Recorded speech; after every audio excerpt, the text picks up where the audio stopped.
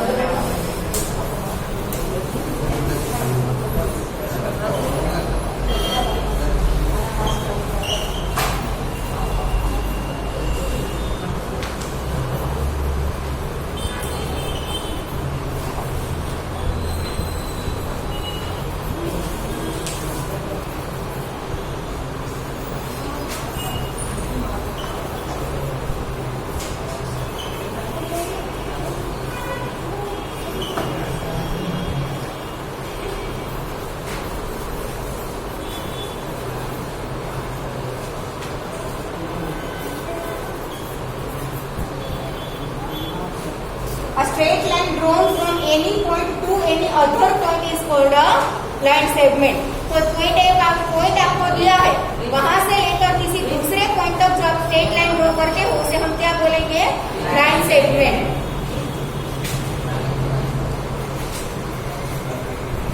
Line segment को define करने के लिए कौन कौन से टर्म्स पहले यूज करने होंगे? To define a line segment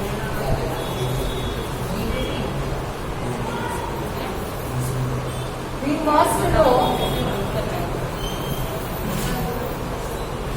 about point and line segment.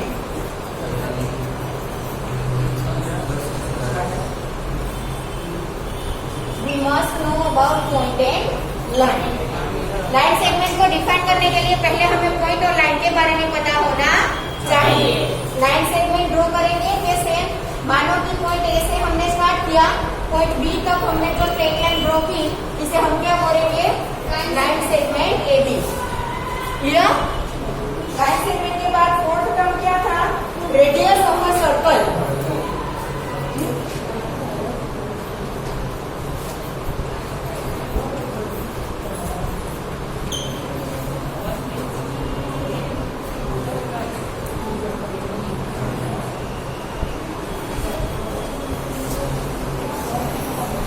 The distance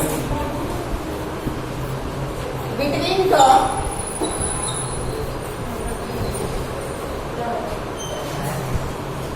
center of a circle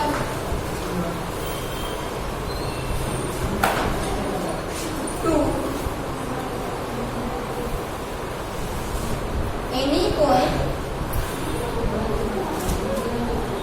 lying on the circle. Radius of a circle क्या होती है?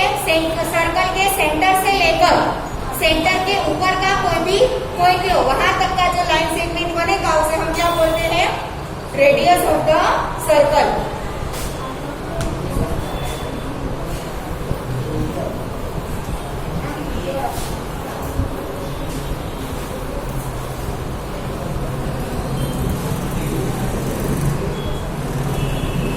Define the radius of a circle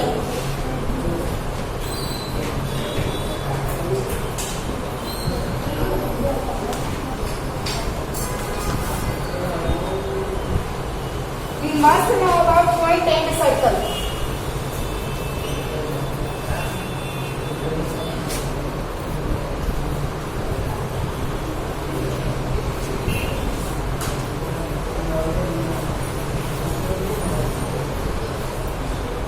radius of a circle को define करने के लिए पहले point और circle के बारे में पता होना चाहिए।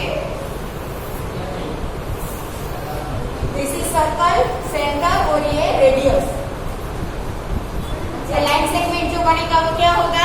रेडियस।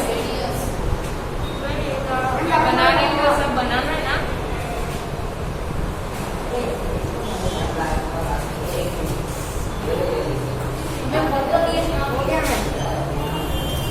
लास्ट चिन्ह क्या है? Square.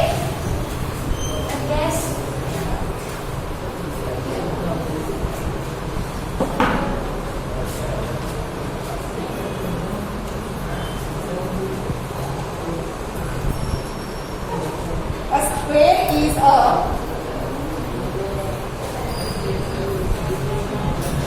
quadrilateral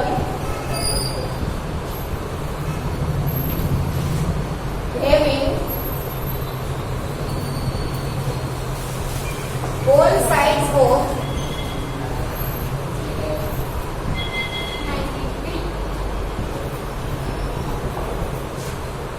equal length and all angles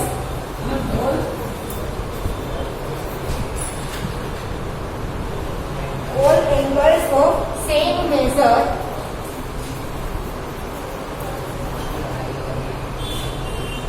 that is 90 degree.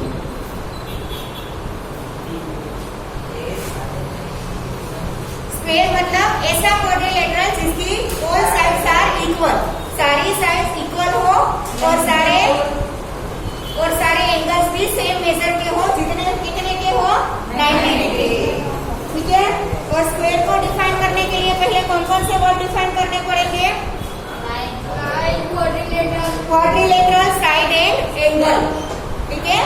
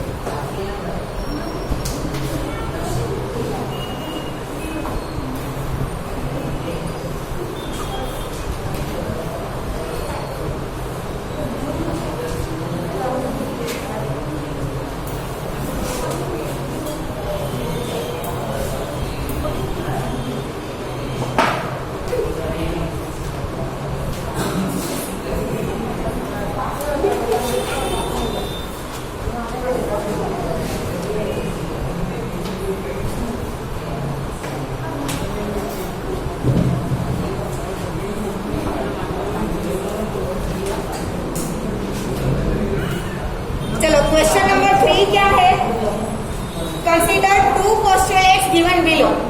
हमने जो यूक्लिड के पोस्टुलेट्स लिखे उसके अलावा के दो अलग पोस्टुलेट्स हैं, ठीक है।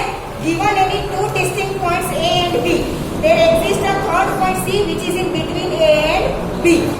दो आपको अलग अलग पॉइंट, पहले समझ लो ये पोस्टुलेट क्या कहते हैं। दो आपको अलग अलग पॉइंट दिए हैं A and B, there exist a third point C which lies between A and B. A और बी के एकदम बीच में हो वैसा कोई हमें थर्ड पॉइंट मिलेगा, भले ही वो ए बी का मिड पॉइंट ना बने पर ए और बी के बीच में कहीं पे आएगा, ठीक है। तो दो पॉइंट के बीच में ऐसा थर्ड पॉइंट एग्जिस्ट करता है, क्लियर ना। Second postulate, there exist at least 3 points that are not on the same line.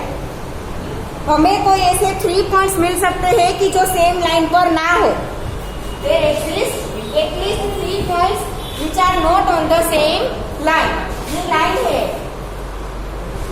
इस पर ये एक पॉइंट है, दूसरा पॉइंट है, तीसरा पॉइंट हमें कहीं बाहर मिल सकता है। There exist at least 3 points that are not on the same line, ठीक है। आप कोई दो पॉइंट लो तो वो तो सेम लाइन पर एग्जिस्ट करेंगे ही करेंगे, ठीक है। 3 पॉइंट ऐसे मिल सकते हैं जो कि सेम लाइन पर ना हो, ठीक है। आपने सिर्फ कोई दो कंसीडर किए हो, मानो कि ये थर्ड है, उस थर्ड है जो पॉइंट उसे हम भूल जाते हैं। अभी हम इन दोनों को कंसीडर करें तो इन दोनों में से पास होती हुई एक लाइन मिलेगी या नहीं मिलेगी? वैसे ही आप कोई भी दो पॉइंट ले लो, एक यहाँ लो एक यहाँ लो, तो इन दोनों में से भी पास होती हुई एक लाइन मिलेगी कि नहीं? ठीक है। तो दो पॉइंट होते हैं, उसमें से एक लाइन तो पास होती ही है, ठीक है। इसीलिए यहाँ पे बोला है एटलीस्ट 3 पॉइंट्स, ठीक है। एक ही लाइन पर ना हो, वैसे दिखाने हो तो हमें एटलीस्ट 3 पॉइंट्स तो चाहिए ही चाहिए। जैसे कि यहाँ पे ये थर्ड पॉइंट है जो इस लाइन पर एग्जिस्ट नहीं करता, यहाँ पर ये थर्ड पॉइंट है जो इस लाइन पर एग्जिस्ट नहीं करता, क्लियर। अगर हम 2 पॉइंट लेंगे तो उनमें से तो पास होती हुई कोई ना कोई लाइन हमें मिलेगी ही मिलेगी, ठीक है। इसीलिए बोला है कि देयर एग्जिस्ट एटलीस्ट 3 पॉइंट्स। दो लाइन में से, दो पॉइंट में से एक लाइन पास होगी, तीसरा पॉइंट है वो लाइन के ऊपर भी हो सकता है या लाइन के बाहर कहीं पर भी हो सकता है, क्लियर, ठीक है। अब नीचे क्या बोला है, does these postulates contain any undefined terms. जैसे कि हमने ऊपर देखा ना, parallel lines, perpendicular lines, line segment, radius of a circle and square, ये 5 को हमने डिफाइन करने से पहले ऐसी बहुत सारी टर्म्स डिफाइन की जो पहले हमें करनी पड़ती है, ठीक है। तो यहाँ पे ऐसे ही पूछा है कि ये दोनों पोस्टुलेट में कोई ऐसी टर्म है कि जो अभी तक अनडिफाइंड है या तो हमें पहले उसे डिफाइन करना पड़ेगा, ठीक है।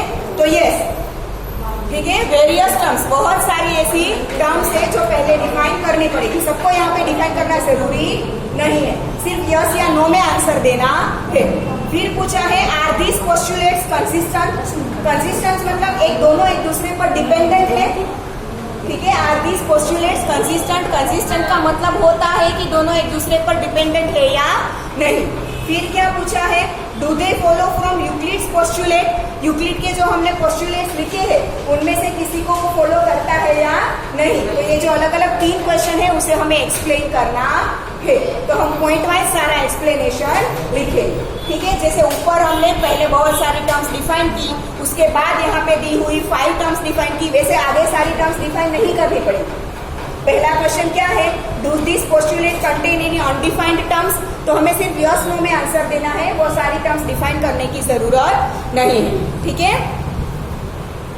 ये चैप्टर थोड़ा थियोरिटिकल है इसलिए लिखना पड़ेगा, कैलकुलेशन है पर बहुत कम है।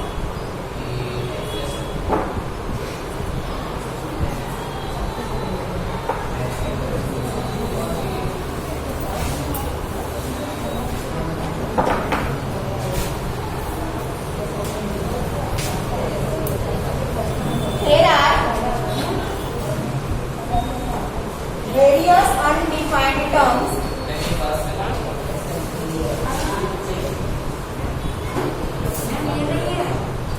in the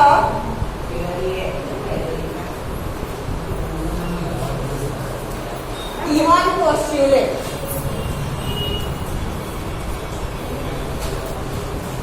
पहला क्वेश्चन पूछा था, is there any undefined term, तो पहले क्वेश्चन का answer there are various undefined terms in the given postulates.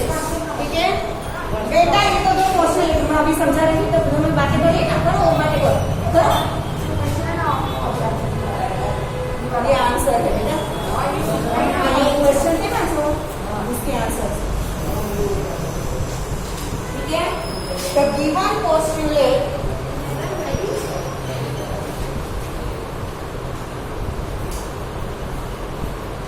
Are consistent.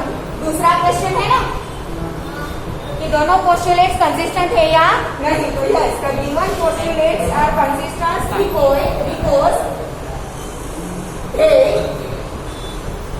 refer to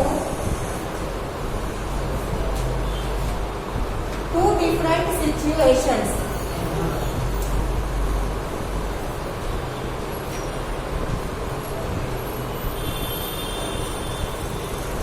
देखो दोनों पोस्टुलेट है वो दो अलग अलग सिचुएशंस को रिफर करते हैं।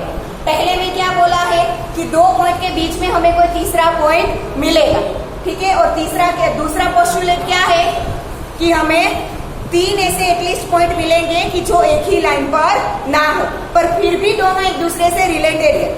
दोनों पोस्टुलेट में दो अलग अलग सिचुएशंस दी है, फिर भी दोनों एक दूसरे से क्या है, रिलेटेड है, इसीलिए उसे क्या बोलेंगे कि they are consistent.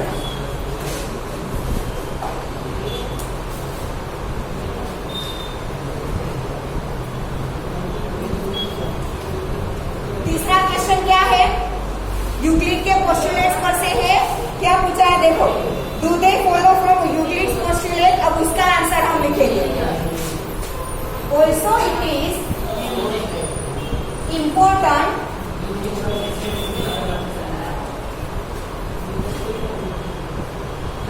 To deduce any statement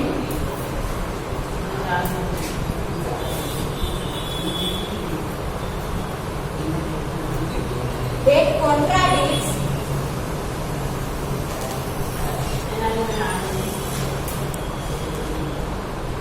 any well-known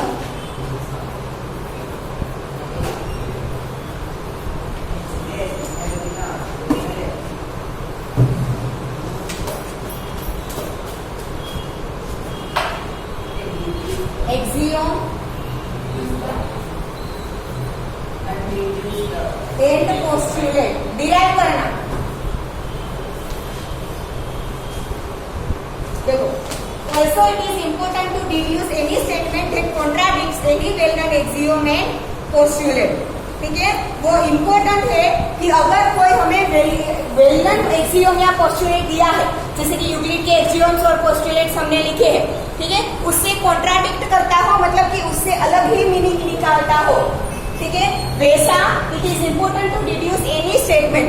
तो वैसे स्टेटमेंट को डिराइव करके रिमूव करना, मतलब कि वैसा कोई सेंटेंस एग्जिस्ट नहीं करता है वो डिराइव करना है। मतलब कि वेल-नोन एक्सियोम और पोस्टुलेट से वो ट्रू है हमें पता है, ठीक है, उससे कॉन्ट्राडिक्ट करता हो, मतलब कि उससे एकदम ओपोजिट हो, वैसा कोई स्टेटमेंट डिड्यूस करना, मतलब कि उसे डिराइव कर मतलब उसे ऐसे डिराइव करना है कि जैसे पता चले कि जो गिवन पोस्टुलेट या एक्सियोम है वो करेक्ट है, और उसे कॉन्ट्राडिक्ट करता हो वो क्या है, करेक्ट नहीं है। आया समझ में मैं क्या बोलना चाहती हूँ? यूक्लिड के आपने जो भी एक्सियोम्स या पोस्टुलेट लिखे हैं वो करेक्ट है हमें पता है, ऑब्वियसली तभी तो हमें पढ़ाया जाता है, बुक्स में आता है। ठीक है, उससे कॉन्ट्राडिक्ट हो, मतलब कि उससे ऑपोजिट मीनिंग निकालता हो, वैसा कोई भी स्टेटमेंट हो तो उसे डिड्यूस करना है, मतलब कि डेरिवेशन के साथ प्रूव करना है कि उससे कॉन्ट्राडिक्ट करता है वो गलत है। वो गलत होगा तभी तो ये जो इम्पोर्टेंट जो वेल-नोन है वो ट्रू होगा ना। आया समझ में? ठीक है, now these postulates do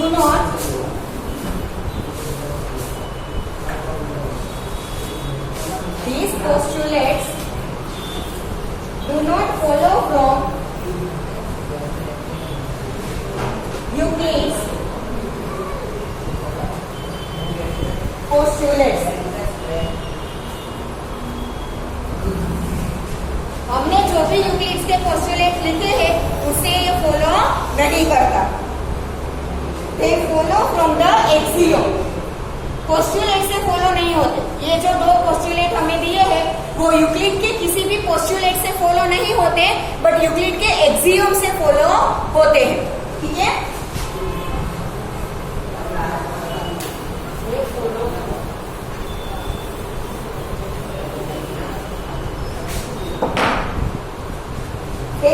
they follow from the axiom.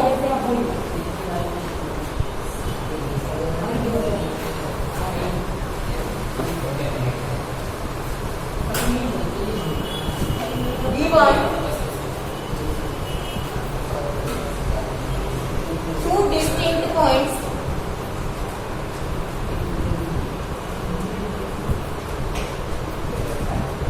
there is a unique line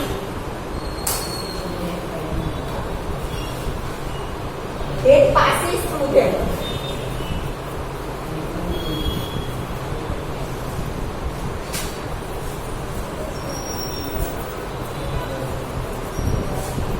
हमने ये एक्सियोम लिखा है, याद करो। ठीक है, तो हमारे ये जो क्वेश्चन में क्वेश्चन 3 में जो दो पोस्टुलेट दिए हैं वो इस एक्सियोम से फॉलो होते हैं।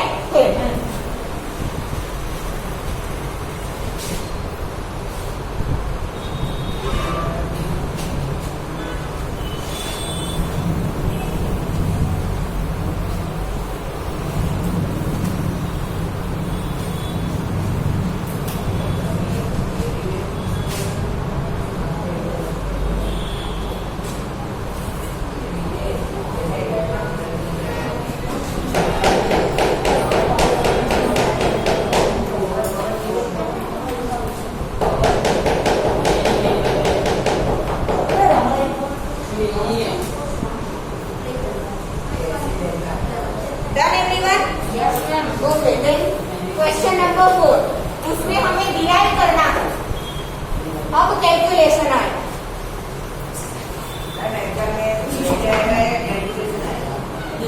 सब आएगा। चलो, क्या है? If a point C lies between 2 points A and B such that AC is equal to BC, then prove that AC is equal to 1/2 AB. Explain by drawing the figure. हमें क्या दिया है? Point C lies between 2 points A and B.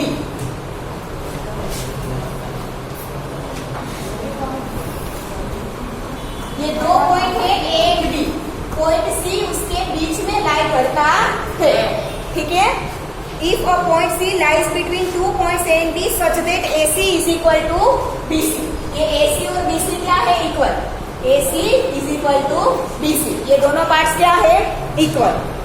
Then prove that AC is equal to 1/2 AB. Explain by drawing the figure. सब ऐसा कोई आपको prove करना है तब आपको आंसर को 3 पार्ट में डिवाइड करना होगा। गिवन, टू प्रूव और प्रूफ। 3 पार्ट्स में डिवाइड करना होगा। ये ड्राइंग बाय ड्राइंग बोला था, ड्राइंग हमने कर दिया। ठीक है, अब गिवन। आपको कैलकुलेशन के लिए क्वेश्चन में क्या क्या चीजें गिवन है? AC is equal to BC given है। ठीक है, गिवन क्या है? AC is equal to BC। To prove मतलब हमें प्रूव क्या करना है? AC is equal to 1/2 AB prove करना है। टू प्रूव मतलब हमें क्या बोला है? Then prove that AC is equal to 1/2 AB। To prove मतलब जो हमें प्रूव करना है वो। और अब आएगा प्रूफ। प्रूफ मतलब अब हम कैलकुलेशन करेंगे ये प्रूव करने के लिए। ये जो गिवन है उसके ऊपर से हम कैलकुलेशन करके ये प्रूव करेंगे। क्लियर? तो ऐसा कोई क्वेश्चन दिया हो तो आपको ज्योमेट्री में आपको जो भी प्रूव करने वाले क्वेश्चन दिए हैं उन सबको आंसर आपको 3 पार्ट्स में लिखना होगा। गिवन मतलब क्वेश्चन में जो भी ऑलरेडी आपको गिवन है वो। ठीक है, फिर टू प्रूफ जो प्रूव करने को बोला है वो, और प्रूफ मतलब अब आप जो कैलकुलेशन करेंगे वो। हमें गिवन क्या है पहले वही लिख दो, AC is equal to BC। ठीक है, अब यूक्लिड्स के हमने 7 एक्सियोम्स लिखे थे अलग अलग, याद है? यूक्लिड के 7 एक्सियोम लिखे थे, उसमें हमने एक्सियोम नंबर 2 लिखा था। कि the equals are added to equals the wholes are equal, equals are added to equals the whole are equal. ठीक है, तो हम क्या कर रहे हैं, AC एंड BC इक्वल है, उसमें हम कोई सेम चीज ऐड करेंगे तो जो नया बनेगा वो भी इक्वल होगा अकॉर्डिंग टू एक्सियम 2। ठीक है, इसमें हम क्या करेंगे, हमारे पास AC ऑलरेडी है, हमें AC चाहिए ना, हाँ, दोनों साइड हम क्या करेंगे, AC ऐड कर दें। दोनों साइड हम क्या करेंगे, सेम चीज AC ऐड करेंगे। क्यों? क्योंकि AC मुझे यहाँ पे चाहिए, तो यहाँ पे AC ऐड करूंगी तो 2AC हो जाएगा। और यहाँ पे BC है, उसमें AC ऐड करूंगी तो BC प्लस AC क्या मिल जाएगा, पूरा AB मिल जाएगा। ठीक है, डन। आप कैसे डिसाइड करोगे कि आपको इसमें क्या ऐड करना है? तो देखो, आपको यहाँ पे AC चाहिए, तो AC मेरे पास ऑलरेडी है, और मैं एक AC ऐड करूंगी तो 2AC बन जाएगा, जो 2 मुझे यहाँ पे मिल जाएगा। ठीक है, और फिर मुझे चाहिए AB, तो मेरे पास ऑलरेडी BC है, ये टुकड़ा मुझे चाहिए था, तो वो टुकड़ा मैं ऐड कर दूं तो दोनों का टोटल AB मिल जाएगा, है ना? ठीक है ना, तो add AC on both sides. तो इस साइड AC ऐड करूं तो AC plus AC is equal to BC plus AC। अब मैंने क्यों किया वो रीजन मुझे ब्रैकेट में लिखना है। किसके ऊपर से किया? एक्सियम 2 के ऊपर से, तो यूक्लिड्स एक्सियम 2।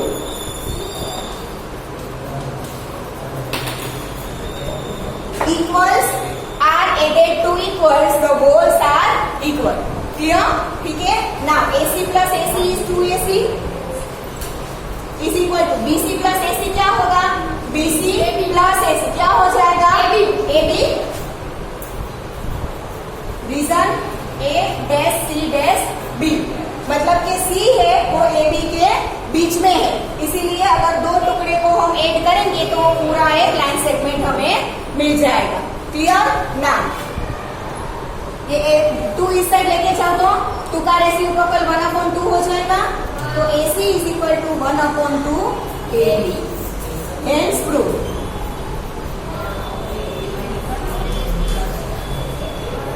क्लियर?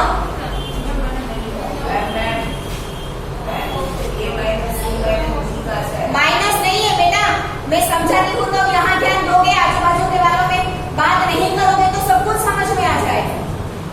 पर आपको भरत और नितेश से बात करने में से ही क्या फुर्सत मिलती है। A dash C dash B, उसका मतलब ये है कि C है वो AB के बीच में लाई करता है, इसीलिए अगर हम ये दोनों टुकड़ों को ऐड करेंगे तो पूरा AB मिलेगा।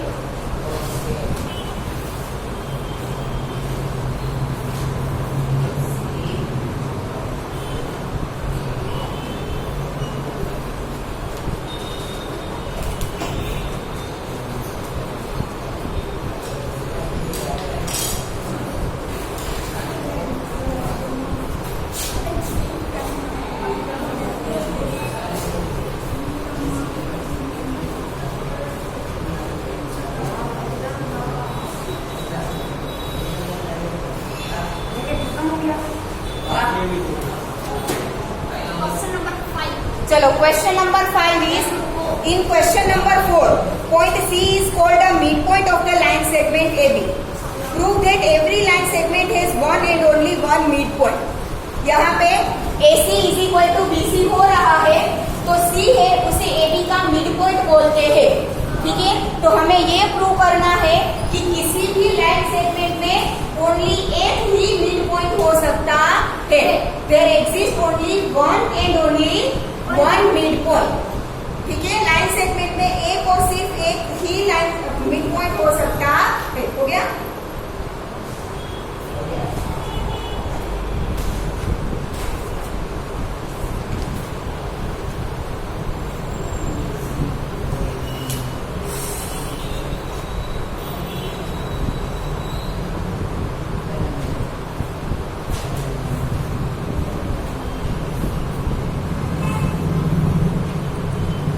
चलो यहाँ पे ध्यान,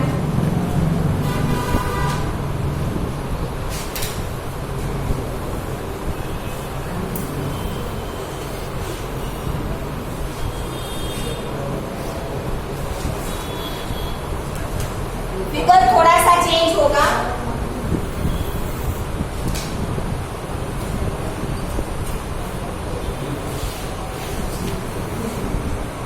मानो कि पहले हम लेते हैं दो mid points C and D. मानो कि ये लाइन सेगमेंट एसी के पास हम जो प्रूव करना है उससे उल्टा लेते हैं, ठीक है। लाइन सेगमेंट एसी के पास मानो कि दो मिड पॉइंट है सी एंड डी। ये ऑलरेडी क्वेश्चन 3 में दिया था, AC is equal to BC, वो उसमें से ही हमें क्वेश्चन 4 दिया, तो ये ऑलरेडी गिवन है AC is equal to BC। प्रूव क्या करना है हमें, C is equal to D। दोनों पॉइंट एक ही है वो हमें प्रूव करना है। हमने दो अलग अलग पॉइंट लिए हैं जिसे हमने लाइन सेगमेंट AB के मिड पॉइंट्स बोले हैं, तो हमें यहाँ पे प्रूव करना है कि दोनों पॉइंट एक ही है, मतलब कि किसी भी लाइन सेगमेंट के पास one and only one mid point ही होगा, ठीक है। Let's assume that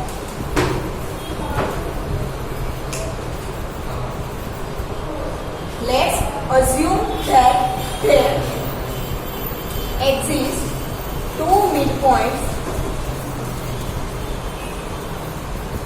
that is C and D for line segment AB.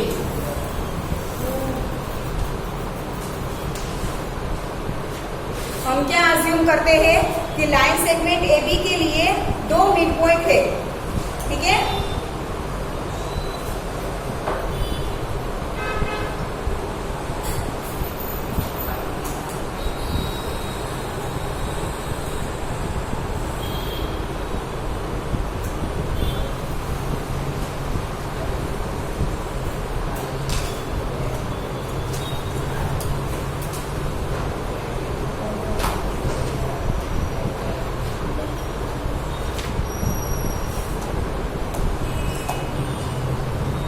हमने क्या लिया है, C एंड D both are mid points of line segment AB, ठीक है। तो D अगर AB का मिड पॉइंट है तो AD और BD भी क्या होगा, इक्वल होगा ना, क्योंकि D उसका क्या है, मिड पॉइंट है, ठीक है। Therefore AD is equal to BD होगा, ठीक है। इसे दे दो इक्वेशन नंबर 1।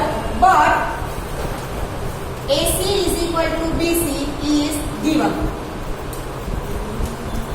इक्वेशन नंबर 2, अगर हमने D को भी AB का मिड पॉइंट लिया तो AD और BD क्या होंगे, इक्वल होंगे ना, क्योंकि D मिड पॉइंट है, ठीक है। और AC is equal to BC हमें ऑलरेडी दे रखा है।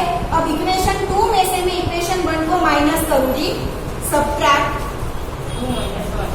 Equation 1 from equation 2। इक्वेशन 2 में से 1 को सब्ट्रैक्ट करना है, तो लेफ्ट हैंड साइड में से लेफ्ट हैंड साइड और राइट हैंड साइड में से राइट हैंड साइड माइनस होगा, तो AC में से AD माइनस और BC में से BD माइनस। अब ध्यान से देखना, यहाँ पे AC इतना है, AC इतना है, उसमें से मैं ये AD माइनस कर दूं, दैट मीन्स कि ये CD पोर्शन बचेगा, यस और नो। मानो कि देखो मैं नंबर लेके बताती हूँ तो आपको ज्यादा समझ में आएगा। AC मानो कि 3 है, ठीक है, और AD मानो कि 5 है, तो AC में से AD माइनस करते हैं, मतलब 3 माइनस 5 इज इक्वल टू -2। तो ऐसे ही यहाँ पे होगा, ये AC में से AD माइनस करोगे तो CD बचेगा ना, पर कैसा बचेगा, -CD इज इक्वल टू, अब BC में से BD माइनस करना है, ये पूरा BC था, उसमें से BD को माइनस कर दो तो कितना बचेगा, CD, पर वो पॉजिटिव बचेगा ना, क्योंकि ये पूरा BC बड़ा था, उसमें से छोटे वाला BD माइनस कर रहे हो, तो CD पोर्शन कितना बचेगा, पॉजिटिव। अब ये नेगेटिव को इस साइड लेके जाओ तो दोनों का प्लस हो जाएगा, तो CD प्लस CD कितना होगा, 2CD is equal to 0, that means CD is equal to 0। CD 0 मतलब कि ये दोनों पॉइंट के बीच का डिस्टेंस 0 है, दैट मीन्स ये दोनों पॉइंट एक ही है, तभी तो उसके बीच का डिस्टेंस 0 होगा ना, ठीक है। Therefore C is equal to D, ठीक है। देयरफॉर ये हो गया, देखो, ठीक है। There exist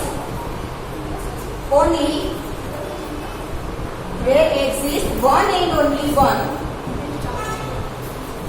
there exists one and only one midpoint for a line segment.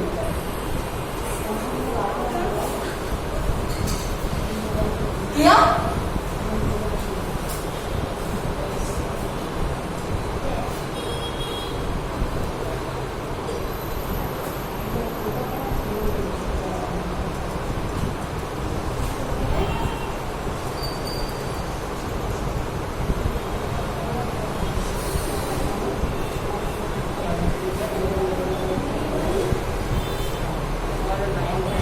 आज यहाँ तक रखते हैं.